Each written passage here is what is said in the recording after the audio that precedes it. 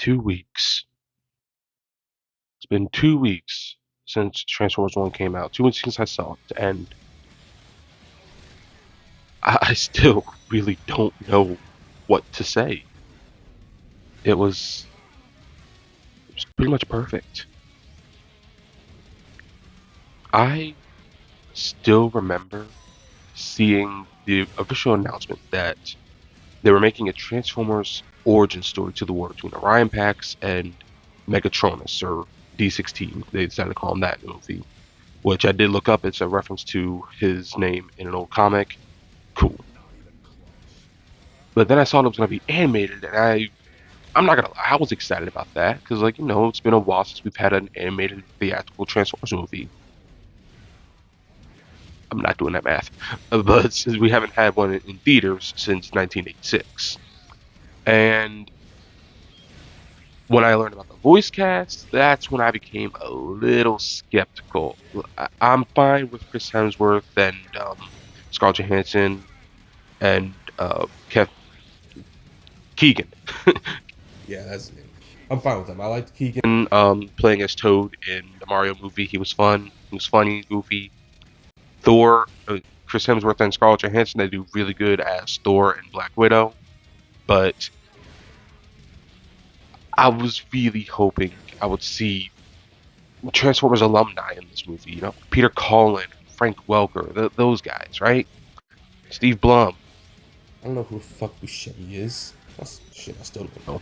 But then the first trailer came out, and yeah, I did like the first trailer. All right, a lot of people really hated it, but when I was watching the first trailer, for one thing, I actually didn't mind the voice acting. I thought it was actually really solid. Chris Hemsworth especially genuinely did sound like he was putting in an Optimus Prime voice and not just Chris Hemsworth or Thor, whatever you want to say. But he really sounded pretty good. And Brian as D16, he sounded really good too. The comedy in the trailer, I thought it was pretty decent. Especially Badassatron. A lot of people really hate that. That's probably my favorite joke in the movie. I'm going to be quoting that for the rest of my life. I'm not going to lie. But the main problem people had with that first trailer was that it was goofy. It was comedic. It didn't really show a lot of serious war stuff like Transformers is known for. And personally, I was perfectly fine with that for two reasons. One, watching that trailer felt like watching a PG version of Transformers Animated. And I love Transformers Animated. I think everybody loves Transformers Animated. It's one of the best shows ever. And two, Transformers has always been a silly franchise. Even the more serious stuff like Prime and the Fall Cybertron games, they have their goofy moments. And come on, like just look at every time Agent Fowler speaks in Transformers Prime. It's either something serious or something absolutely hilarious. So obviously, I had no problem with the first trailer, and I was sitting here like, "Yo, we know the movie's gonna go a darker turn by the end of it. It's an origin story to the Great War that ended Cybertron's golden age. It's not gonna stay goofy the entire film." Then the second trailer came out, and that cemented it for me. I was like, "Yeah, this movie is gonna get super serious by the end, and it's gonna be amazing. This is gonna be one of the best Transformers movies ever." And nothing after that. I avoided any more trailers or talk about the movie. I even started blocking or muting some pages that were talking about the film because people were getting early screenings over in other countries across the Atlantic. And I was jealous, I was mad, and I didn't want to get any possible spoilers from this movie. I wanted to go in, apart from the trailers, I wanted to go in completely blind to what this movie had to offer. So I avoided everything. I didn't. I even refrained from looking up any Transformers trailers for the older movies, just in case. Just in case something for one would pop up, right? And I am so glad I did that. I say this unironically, with no doubt in my mind at all. It may not be my favorite Transformers movie. That honor still goes to 2007. And I may even still like Dark of the Moon better. I definitely like '07 better. Maybe Dark of the Moon better. But this is, without a single shadow of doubt in my mind, the best Transformers movie we've ever gotten. And I pray to Primus that we have more of this. If you came from my review and all you wanted was to know if I liked the movie or not, end the video here. If you haven't seen the movie and you want to see it, end the video here. I'm going into spoilers. I'm not going to hold anything back from my feelings of this movie because this is one of the best movies I've ever seen. So if you haven't seen this movie and you care about spoilers, leave this video now. See the movie. It's amazing. It's damn near perfect. If not, if you've seen the movie or you don't care about spoilers, then please stick around and grab a snack. You're going to be here in a minute. Animation is so hard! People who do this for a living deserve more credit and respect! Alright, let's get this out of the way starting off. The animation. It's really good. Character designs? Beautiful. I really love them. They took something called Evergreen Designs, which I mentioned in my last video. Evergreen is G1 inspired, but not exactly G1, you know what I mean? Bumblebee, the Bumblebee movie, that's Evergreen Designs. The War for Cybertron show, that's Evergreen Designs. I'd even argue Cyberverse is Evergreen, at least to an extent, you know what I mean?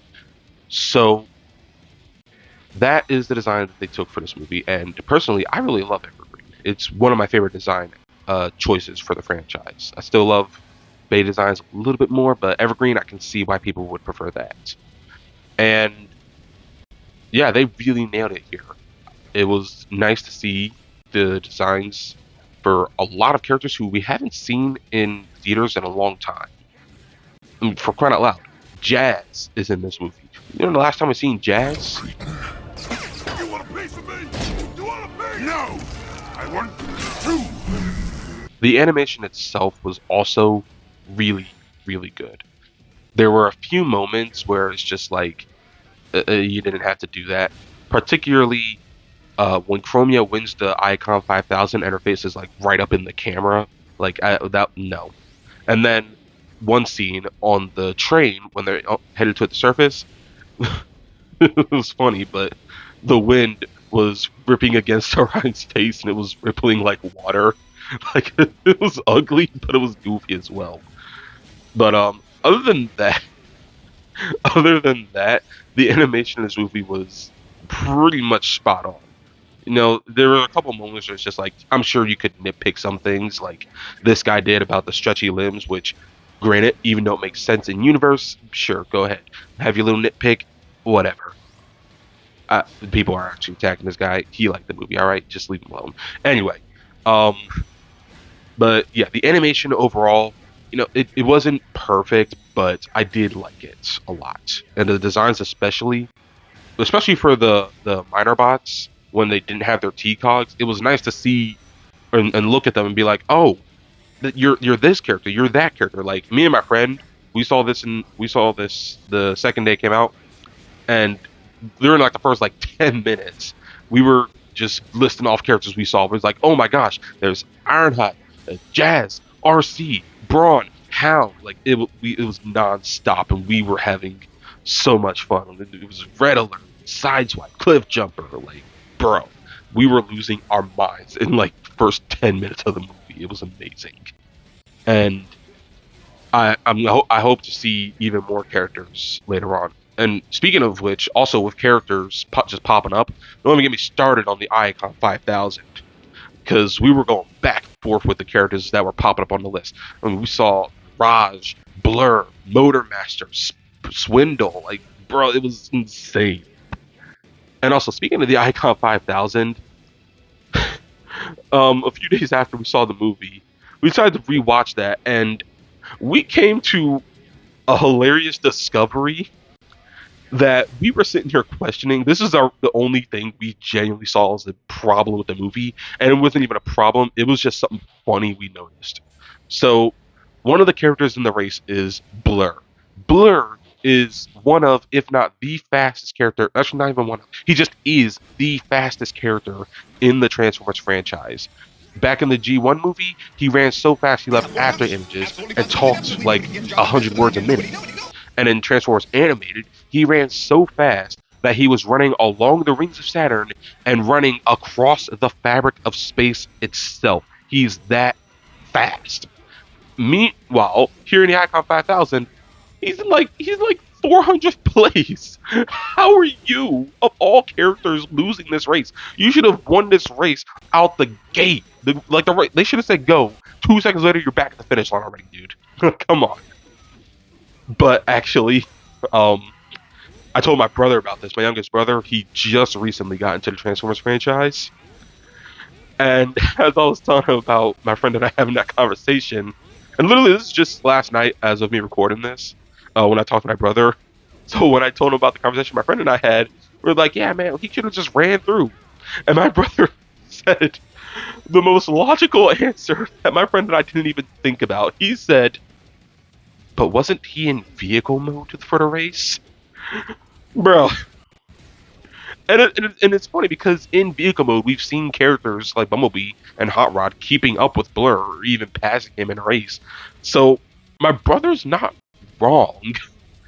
So yeah, mystery solved, I guess. No, it's a fusion of jazz and funk. It's called junk. All right. So for music, I'm gonna be honest.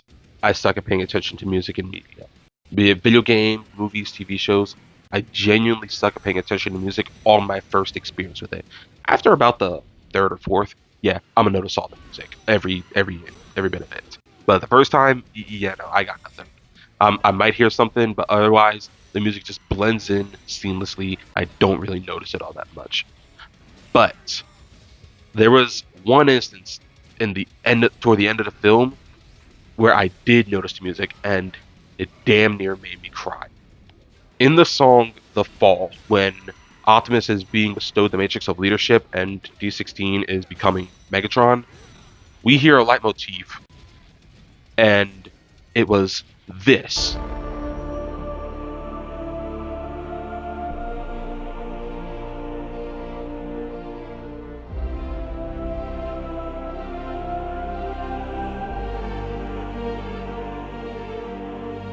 That leitmotif is the theme from Transformers Prime, my favorite TV show ever.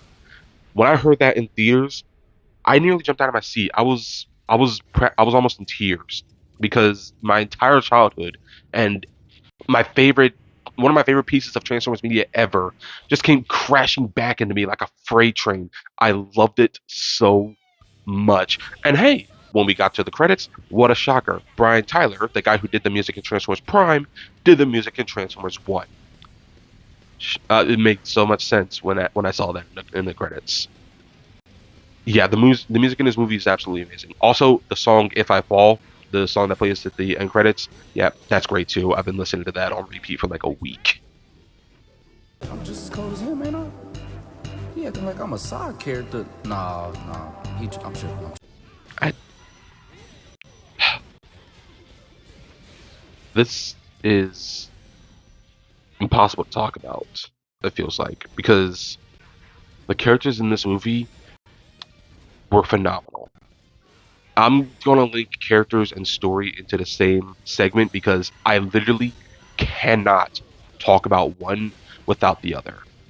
So first up, we have arguably the least important character of, say, the main cast, that being Arachnid. Arachnid was just essentially a mercenary for Sentinel, his second in command, if you will. She didn't really have any character at all, but she was absolutely terrifying. Her fight scenes, she was absolutely wiping the floor with bots. And her eyes, especially the ones in the back of her head, literally in the back of her head, were absolutely terrifying. That was some scary shit. Um, but in terms of important characters, she was definitely the least important. Starscream, Shockwave, and Soundwave. They were hilarious. Shockwave is my all-time favorite Decepticon because of most iterations of him that I've seen being more emotionless. He's all about logic. That's really his catchphrase: logical, illogical, and he's a menace. But in this movie, he only has a few lines, but every single one was absolutely hysterical. The line he has about Bumblebee not shutting the fuck up while he was unconscious Made me laugh out loud in the theater. Why is he gagged? He wouldn't stop talking. Even when he was unconscious? Especially when he was unconscious. Ah! I told you it wasn't tight enough. And then the scene where Alita punched him in the eye. He's like, you know what? We're gonna listen to you, Orion. Like, yeah, that was funny. Soundwave, he didn't really have much, but I got to hear him say eject, so that's all I needed. And then Starscream, they decided to give a reason as to why his voice is all high pitched and whiny in later iterations, and that's because when he and Megatron first fought, Megatron crushed his voice box, breaking it. So, fun little piece of lore. And even Sentinel calls it out. It's just like, man, you sound ridiculous. I need you to shut up. Then there's Alpha Trion. Alpha Trion in this iteration, I'm pretty sure most iterations of Transformers, but in this one, he's one of the original 13 primes and the last surviving prime. And he's the one who reveals the truth about Sentinel Prime to the other characters. And he has this, like, gravitas about him that I really admire. And even in his one fight scene, as short as it is, he makes it count. Like, I didn't expect Bro to turn into a wolf, but it was awesome. And he absolutely tears apart the drones that came in trying to kill him. Literally ripping one in half with his teeth, so that was awesome to see. Then there's Sentinel Prime. So, in Transformers, the character Sentinel Prime has always been my least favorite. I've only seen him in 2 other iterations, but in both iterations, he's my least favorite character. First was I saw him in Dark of the Moon from 2011. That was the movie, if you recall from my last video, where Sentinel ends up being a traitor to the Autobots working for the Decepticons, and he kills Ironhide with a cosmic rust cannon, and then has the Decepticons absolutely destroy Chicago, killing thousands, if not hundreds of thousands of people. And ever since I saw that, I absolutely hated him. To this day, if anybody ever says Optimus was wrong for killing Sentinel, I'm gonna think something's wrong with them, because Sentinel got what was coming to him. And frankly, the fact that Optimus only put 2 bullets in that motherfucker's head, he was being merciful. Then I saw him in Transformers Animated, and I still hate him in that show, but in that show, he's still a genuine Autobot. He still fights for the right side. He's just a jerk. He's a bully to Optimus and his team, and he sees himself as above everybody else. He's annoying. He's a little bitch. All right, I don't like him, but at least he's not the worst, right? So I spent the past 13 years of my life thinking that the Dark of the Moon iteration of Sentinel Prime would be my least favorite character in the franchise. One of my least favorite characters in fiction. I hate him that much.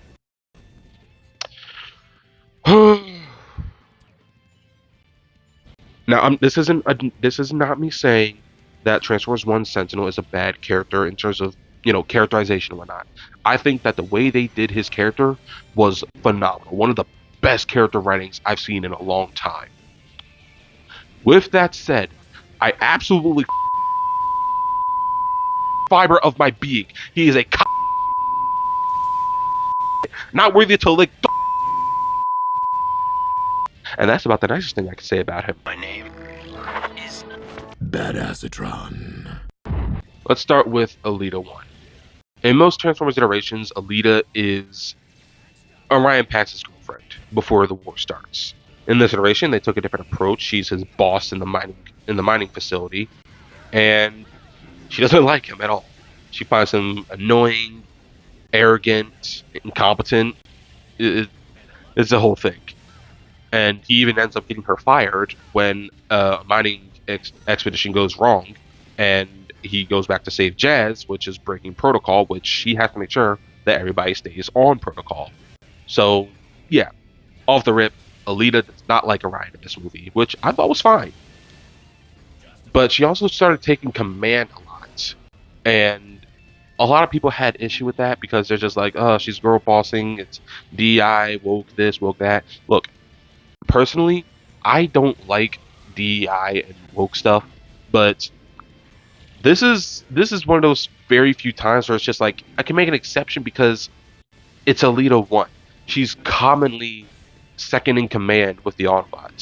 She usually is right under Optimus in terms of command, if not right under Jazz, who's usually second in command if Alita isn't. So I have no problem with Alita taking charge in this movie because that's a role that she's always been taking since her first appearance in even G1, I believe.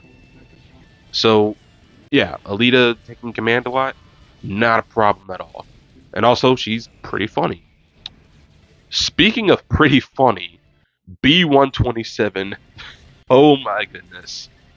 Now, is this version of Bumblebee the best one? No, I still think that belongs to either Transformers Prime or Animated. Prime for being a badass and Animated for comedy. But this B127, he's up there with with one of my favorite Bumblebees. Like, he's absolutely hilarious. A lot of people had issue with him, especially with the badassatron joke, but I thought it was pretty fun. I thought it was pretty funny. So he says it the first time, just like in the trailer when he meets D16 and Orion, and I thought that was gonna be the end of it, honestly. But then he does it again when he meets Alita, and he's like, "Yeah, the guys over there, they call me Badassatron," and he does it in his deep voice, and it was funny. Then he does it again, and was a little less funny. And then I could just feel he was about to do it a third time, and I was like, "Oh, please don't run this joke into the ground." Then he started to say it, and before he could get it out, Alita's just like, "I'm gonna need you to shut up." That was funny. I wasn't expecting her to just tell him shut up like that. And that was where I thought it would be the end of it. But no, because he comes back and says it one last time in the final battle, and the timing of it was so unexpected. I burst out laughing when it happened. Because he just discovered, oh shit, I got weapons in my body now. I got knife arms, I got guns, and a drum. Thrown into him and he catches it by stabbing it. And when he realizes what he did, he just cheers with his battle mask on. He's like, "Badassatron!" And it was so unexpected. I couldn't help but just burst out laughing. Even thinking about it, like it's still funny. Yeah, but then there's the two main characters, our main characters of this story, D16 And Orion Pax. and wow, these are easily two of the best iterations of Optimus Prime and Megatron ever put to screen.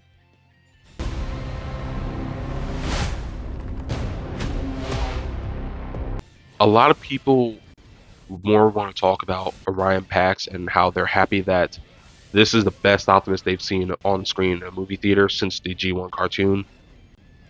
And you know what? I'm gonna let them have that. I personally love Bayformers Optimus. I really like the Optimus from the Bumblebee movie. I don't like the Optimus from Rise of the Beast very much. But this version of Optimus in Transformers 1 is genuinely fantastic. From the beginning, you can tell all he wants to do is make his world a better place. Granted, it's not the most morally or legally correct way to do so that he's doing it. I mean, he's breaking into places to try and find archives and stuff that he's not allowed to see if he can find the Matrix of Leadership, so that way he can get that planet flowing with Energon again. Which, cool. That's actually a really, really noble cause he has, but it does get him in trouble with the law. Which, not very good. But it is handled with some humor. I liked it. But even throughout the movie, he's always breaking rules, doing stuff that he's not supposed to do, simply because he feels it's right for himself or for the miners that he works with, or even the entire good of Cybertron. Like in the mines, he got Alita fired because he broke protocol. He broke protocol because a cave was closing in on itself and about to explode, and Jazz got stuck under a boulder and he was going to die. So Orion said, "Yo, D16, help me out here." And he told D16, "We got to break protocol. We got to break the rules to save our buddy here, or he's gonna die in an explosion. And that's what got Alita fired. The fact that Orion went back instead of evacuating the mine like he was told to. Or the Icon 5000. In Transformers 1, the characters live in a society where you have a T-Cog or you don't have a T-Cog. The T-Cog is essentially an organ for Transformers. It allows them to turn into vehicle modes. It allows them to have the ability to transform. The T stands for transformation. And the miners, they don't have T-Cogs because Sentinel ripped them out of their chests before they came online. Just gonna refrain and continue to go down that road. Just you're talking about Orion. So anyway, miners are seen as lesser beings within the Cybertronian society. So Orion decides to break rules and enter him and D16 into the Icon 5000 race to show, yo, we miners, we're not just slaves for y'all. We actually have potential if you just let us show it. And here's the funny part. Orion and D16 did almost come close to winning the race because of Orion's quick thinking and their just drive and determination. The only reason they lost was because Chromia literally just drove right through them, nearly breaking their legs off. And then they, instead of running toward the finish line, they had to recover. And Orion's just like, well, you know, second place ain't so bad. Nah, they immediately got passed by everybody. But they were still seen as heroes within the community because of what they even dared to do. Yeah, they completely lost the race due to their own stupidity by the end of it, but they still got really far and they could have won. And that's what people saw. Even Sentinel Prime, while he was still lying to them, like a part of me even still genuinely believes that he was impressed with them. As much as a lying sack of as much as Sentinel was clearly lying to them, a part of me still does believe that he was genuinely surprised and impressed that they even tried to win the race and they came close. And after that, like Orion, he just gets better and better. After the race, when Orion finds a map and a message from the surface that actually gives him the location of the Matrix of Leadership, he convinces D16 to go with him to the surface, and he brings B127 along because B127 knows how to get out of Solo 50, which Orion and D16 got thrown into by Darkwing, because Darkwing was salty that they almost won the race and got adoration from Sentinel Prime. If only he knew. So they get to the surface, and Orion, he tries taking charge. He leads them, and they find the tomb where the Primes were all buried after they had been killed. He's the one who, once they realize Sentinel is evil and giving Energon to the Quintessons, and that those miners are essentially just slaves for the Cybertronians' greatest enemy, Orion's just like, no, we got to stop Sentinel. Like, there's no question about it. We need to show everybody that Sentinel isn't who he seems to be. We're all being lied to. Us miners, we're slaves. We're working ourselves to death for a guy who doesn't give a crap about any of us. And even through that, he remains somewhat optimistic about it. That, he wants to put Sentinel down, but he doesn't want to kill him, right? He doesn't want to become Sentinel himself. He doesn't want to be a dictator or executioner. That's not his place, and he knows that. He just wants everyone to see Sentinel for the dirty, rotten, no good liar that he is. And that's his mission throughout the whole film. Expose Sentinel and reveal the truth. And every time he seems to be stopped, he doesn't give up. Except for one time. But even through that, once he finds himself and he's like, yeah, we still have a chance to fix this. We still have a chance to stop Sentinel. He gets his courage back, he gets his bravado back, and he immediately takes charge and is like, yo, here's what we gotta do, here's how we're gonna do it, we're gonna stop Sentinel. And then, his best scene in the movie, in my opinion, is when he goes back to the mining facility. And he goes to the miners, and they're all downtrodden when he tells them the truth. And they're all wondering, like, okay, but what are we going to do? We don't have cogs, we can't fight, nothing. And like we're literally half the size of everybody else who does have cogs. So how are we going to fight back? And Optimus managed to, and Orion encourages them, and that was the moment he became Optimus Prime, truly, because he told them like, yeah, you don't have cogs, but we are still Cybertron. We're still Transformers, cog or not, because we have the spirit, we have the heart, we have the potential. We can stop Sentinel. It's going to be worth it, and we will never have to work as slaves again. And as he was speaking, like I'm in the seat, I'm in my seat in the theater, like cheering them all, like, yeah, I'm gonna fight with you, like let's do this. Like I felt inspired listening to him, so I can only imagine how much the miners actually felt inspired in the movie. Like they were all cheering for him, and they were glad to follow him into battle because he inspired them to do so. It was it was beautiful. And then the actual fight against Sentinel Prime, like, yeah, he didn't. I'm gonna be honest, he didn't do a lot in that fight, but he still got the truth out about what Sentinel was doing. He used Arachnid to expose the truth about Sentinel, which was just genius on his part.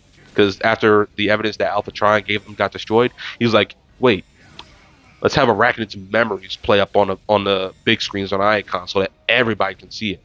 And it worked. Everybody saw, and immediately everybody hates Sentinel, just as Orion planned. But there was one character who hated Sentinel the most, even more than me. There's a reason no one goes to the surface. This is my favorite Megatron. This is the scariest Megatron. This is the best Megatron. D16 is my favorite character in this movie and one of my favorite characters in the franchise. Specifically, this version of Megatron, one of my favorite characters in the franchise. I don't think I can properly express how perfect the writing for this character was. Everything I've said about Sentinel Prime and my feelings toward him, D16 felt that a millionfold. From the start of the movie, you can tell that D16, he's a little bit irritable, but he generally tries to be a good guy. He gets annoyed when Orion breaks protocol, but sometimes he understands it or even goes along with it. The Icon 5000, he actually was happy by the end of it because he got adoration from Sentinel Prime. And, he's like, you know what? We tried, It's not all bad. When Orion went back to save Jazz and got Alita fired, he was like, yeah, we really shouldn't have done that, dude. But, I mean, you did save Jazz. And granted, it was only so that Darkwing wouldn't, but D16 did punch Orion in the face for it, ultimately. So, it was funny. Going to the surface, D16, he agreed, but you could tell that he really did not want to, and he was mad at himself for agreeing to go to the surface. And when they officially got stranded on the surface, you can see some cracks starting to really form, because he was getting really annoyed, and Alita as well, but we're focused on D16. D16, he was really getting annoyed at this point. Then came the cave scene. And this is D16's breaking point. In the cave, after they revive Alpha Trion, and they realize, like, yo, the Quintessons are still here on Cybertron, I thought that Sentinel and the Primes got rid of them. That's when Alpha Trion reveals that Sentinel is a liar and a traitor. He shows a flashback, some kind of flashback of how the Primes were killed off. And D16 watches as Sentinel betrays and kills every last one of them, including Megatronus Prime, who is D16's favorite and his personal hero. He watched the guy he worships kill, stab, betray the guy that he idolized. And I don't think I've ever seen any character express such hatred in their eyes before. And then, immediately after that, they witnessed Sentinel giving Energon, the Energon they worked so hard, so tirelessly to mine, to the Quintessons. the aliens who were trying to take over Cybertron and kill the Cybertronians. Sentinel has betrayed his own race, his people, his planet, and D16 is a witness to it, and he is pissed, beyond pissed. The first thing he does, he's sitting there contemplating, like, bro, my life's been a lie. Sentinel lied to my face and smiled about it, and he was furious. And it seemed for a second like he was starting to take his anger out on Orion, because he's like, we only know about this because you broke protocol, because you went to the surface, because you etched the Icon 5000. This is the only reason we ever found out about this. But if you had just done as you were told, we would never know. Nothing bad would be happening right now. And he and Orion go back and forth, and Orion's like, don't you want to stop Sentinel with us? And D16 says with his whole chest, every fiber of his being, no, I want to kill him. And I cannot do the voice acting justice. I'm just gonna show a short clip. And I can't wait to hear this. Wait, don't you want to stop him? No, I want to kill him! I want to put Sentinel in chains and march him through the mines so everyone can see him for the false crimes that he is! I'm not gonna do the voice acting justice. I'm not even gonna try to. But that right there, that was the moment that Megatron was born. Not the moment he was forged, but that's where Megatron was born. That's when he came into the movie. And that was when the movie went from 10 to 1,000. And then throughout the rest of the movie, you can see D16 getting more and more angry, wanting more and more to kill Sentinel in the most brutal ways possible. They're in a nighttime scene before they get captured by the Seekers. He's sitting there and he's telling Orion, like, yeah, I trusted Sentinel. I'm not trusting any so-called leader ever again. When they meet the Seeker, the High Guard and the Seekers, the Starscream proclaims that a unified Cybertron, it doesn't exist. All that matters is the power of one bot over another. And D16 says, he basically says, all right, bet. And he beats the shit out of Starscream, crushing his voice box, and discovers he has a giant cannon in his arm, and that just throws everybody off. And after he beats up Starscream, he basically calls out to the rest of the High Guard, and similar to what Optimus would later do with the miners and inspire them to fight, D16, less inspiring, more of a rallying battle cry. I might have some wrong here, but if I remember correctly, his exact words are, bear witness, for this is the last time I show mercy. So decide, right now, you can either stay here and follow your pathetic leader, or follow me as I march onto Icon and take Sentinel down once and for all. Like, bro, he was ready to kill. He's been ready to kill. And now he's saying it even more so to everybody. Then there's a scene where he finally meets Sentinel face to face again. And as evil as D16 in this movie, this is also another one of my favorite scenes with him, because Sentinel has D16, B-127, and like half the High Guard chained up on their knees. And D16, he gets up and he's like, I'm not bowing down to you. You took everything from me. I'm not scared of you. You can knock me down all you want. I will never bow to the likes of you again.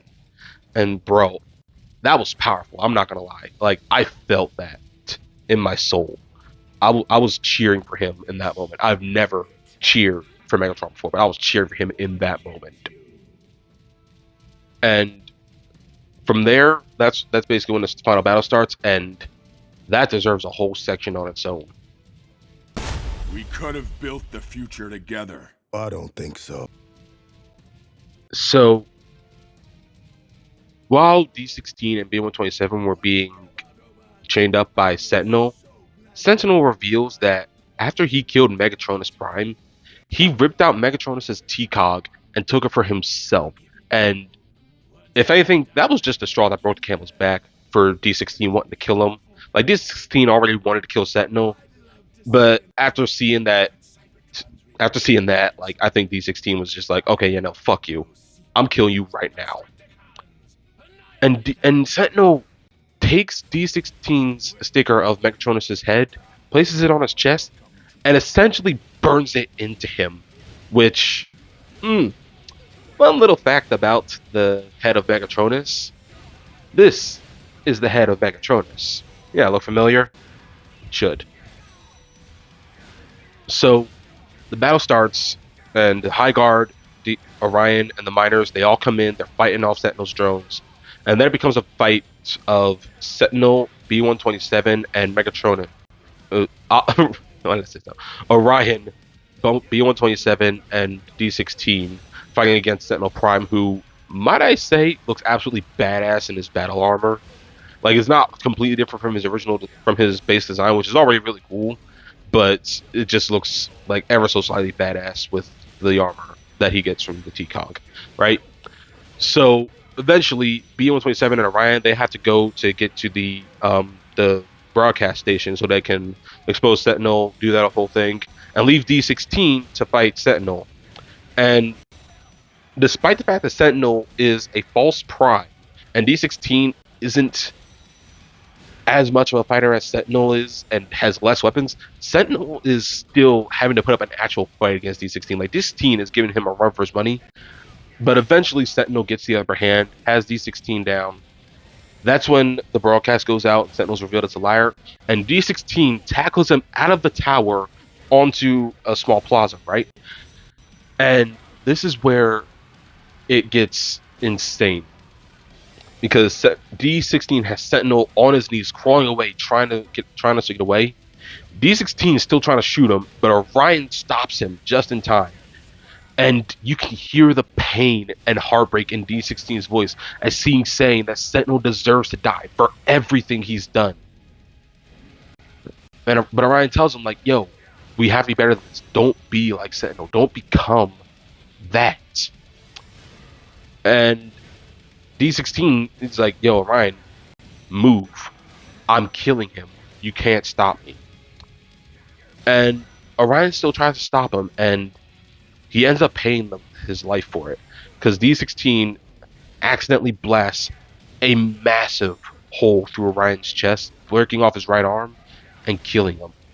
And for a moment, you can see that D-16 completely regrets everything that has led up to this moment, until you can see the gears turning in his head, and he starts to realize everything that's led up to this moment is because he's always covering Orion. He's always saving. So when D-16 says, "I'm done saving you," that genuinely broke my heart. I knew it was going to get to this point, and I was still hoping it would have any kind of a different outcome. So seeing D-16 let Orion fall, seeing that D-16 no longer regretted that he accidentally killed his best friend. That, I mentioned earlier that the cave scene was where Megatron was born, but letting Orion fall, losing all regrets, that's when Megatron was forged. And it genuinely broke my heart to see. As Orion is falling towards the core of Cybertron, and the music starts swelling, becoming more and more triumphant and tragic at the same time, D-16 is ripping into the last of Sentinel Prime's defenses, gets to Sentinel, and rips him in half in front of everybody, every citizen of Icon, all the miners, all the regular Transformers, and the entire High Guard. The High Guard are cheering him on. The miners are horrified at what they're seeing, because all they wanted to do was stop Sentinel. They didn't want to kill him. D-16 took it upon himself to tear Sentinel in half in front of everybody. And then, in a cruel twist of irony, he takes Megatronus' TCOG out of Sentinel Prime and takes it for himself, basically calling himself the rightful owner of the TCOG. He doesn't do it with a sort of arrogance like, yeah, I'm better than you. No, he does it as in, this is what I deserve. I've earned this. And you can see it when he puts the TCOG in himself and declares himself as Megatron. Meanwhile, at the exact same time that's happening, Orion is given the Matrix because he's earned it in the Eye of Primus. And Alpha Trion dubs him Optimus Prime. The fight between Optimus Prime and Megatron in this movie while short, is phenomenal.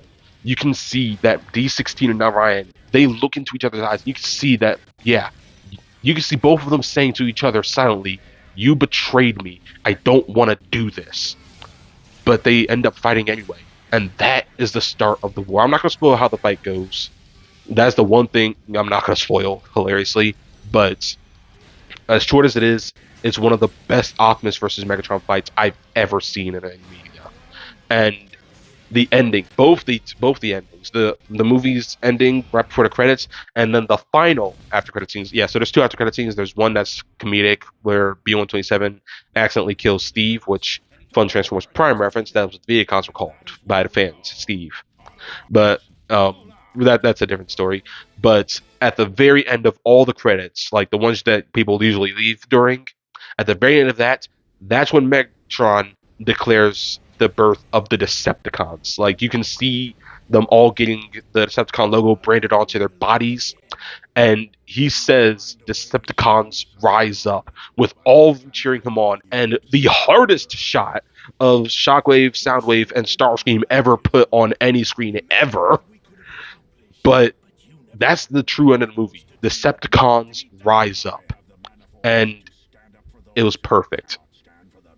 It was perfect. There couldn't have been a better ending to that movie. I went into Transformers 1 expecting it to be good, but a little cringe. I didn't cringe once during the entire movie, and it was still so much better than I could have possibly expected it to be. I remember when I saw the trailers, the first two trailers. The first trailer, I was like, yeah, this is like watching Transformers animated. The second trailer was like watching Transformers Prime, or even at worst, animated season 3, which was still relatively dark and serious for the show. And I was still blown away by the direction it took. And not just that, but even the story it told, because the story between Orion Pax and D16's falling out most often is more political, not war. But this was a unique iteration on it, and it still took inspiration from a lot of stuff. It took inspiration from how in Transformers Prime, Megatronus was pissed. Well, I'm flip flopping between Megatronus and D16 here because in most of the iterations, Megatron took the name from Megatronus Prime, who was a warrior, and he took Megatronus as his gladiator name. Uh, so I didn't know about the D16 thing until the first trailer. So I'm gonna call him Megatronus from now on. Orion Pax and Megatronus, in most iterations, they were friends. Megatronus being a gladiator, and Orion Pax being essentially a librarian, if you will, a clerk, archivist. That's the word. He was an archivist in the Icon Hall of Records. Meanwhile, Megatronus was a gladiator in the Pits of Chaos.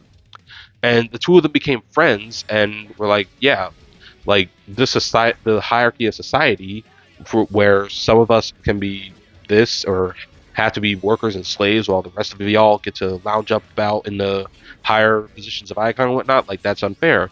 We need to unify Cybertron, and they were friends over that until they actually went to the Cybertronian High Council. Megatronus, his vision was more violent, and they basically told him, yeah, no, get out. We're not listening to you at all. Orion proposed more peaceful solution, and the High Council was like, you know what? We hear you.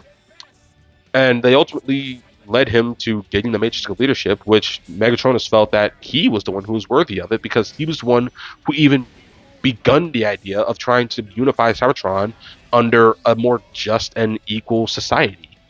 So he was pissed, and that's ultimately how the war started.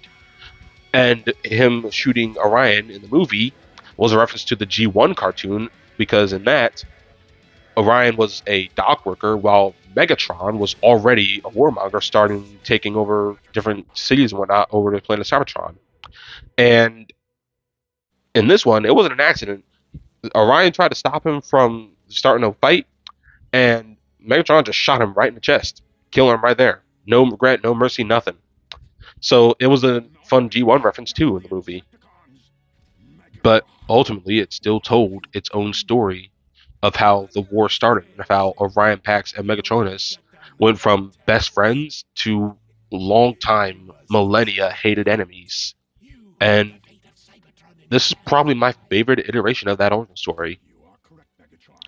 So, with all that, where do I rank the movie among my favorite Transformers films?